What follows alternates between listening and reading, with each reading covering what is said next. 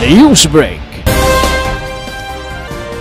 Usamis non boxer GC Little Giant Oliveros Espinas gipasidunggan sa konsiho. Personal nga nadungog og gidawat ni usamis non boxing champion GC Little Giant Oliveros Espinas ang resolusyon sa Osamis City Council nga nag-ila og nagpasidungog kaniya isip world champion sa boxing tournament. Sa resolusyon nga gipanganggamhanan ni Honorable Saulo Salvador atol sa ulahing regular session sa konsiho sa Dakbayan sa Osamis Nobyembre 3 nga kinahanglang ilhon og pasidunggan si GC Little Giant Oliveros Espinas gumikan kay dili hamay ang achievement nini sa boxing.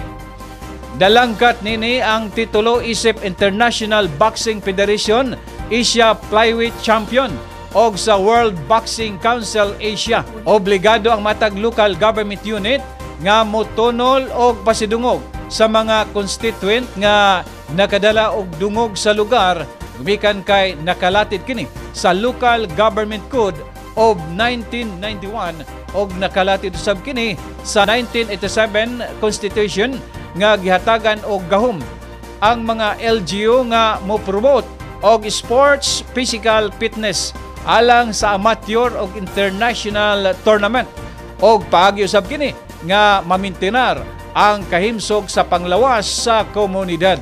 Nabalik lang ta usab sa resolusyon ang kanhi pagsikat sa Dakbayan sa Osamis sa boxing industry niadtong 1970s og 1980s nga midala usab og dungog sa Osamis sa international ring.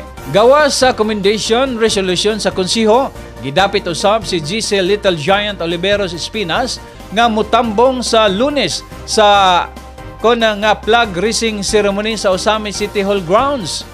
Aron formal usab kining mapaila at tubangan sa mga empleyado sa Osamis City Hall.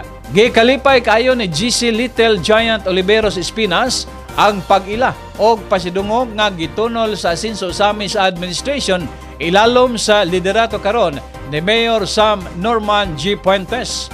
Og mas nakapadugang paniya og kadasig og kusog nga ipadayon pa ang iyang karira sa boxing dala ang pangalang Osamis nun.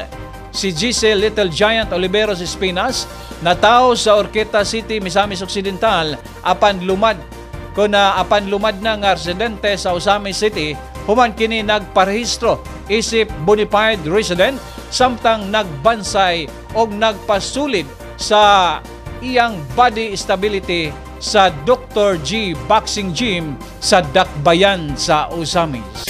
His dedication, perseverance, and remarkable success in boxing have brought him closer to becoming a world champion, serving as an inspiration to young and aspiring boxers in the city to revive the golden era of boxing that once flourished in Osamis during the 1970s and 1980s. Whereas in Article 14 and Section 19 of the 1987 Philippine Constitution provides that the state shall promote physical education and encourage sports programs, league competition, and amateur sports, including training for international competitions to foster self-discipline, teamwork, and excellence for the development of a healthy and alert citizenry. Whereas in Section 16 of Republic Act number 7160, otherwise known as the Local Government Code of 1991, empowers local government unit to enact policies and implement programs that promotes the general welfare of their constituents, including the recognition and support of exemplary individuals who bring honor to their city. Yes. Madam Chair, I move this resolution for the second and final reading, waiving the internal rules. Yes. Thank you, Madam Chair. Honorable Salvador is passing this proposed resolution on the second and final reading, waiving the internal rules. One TV Newsbreak.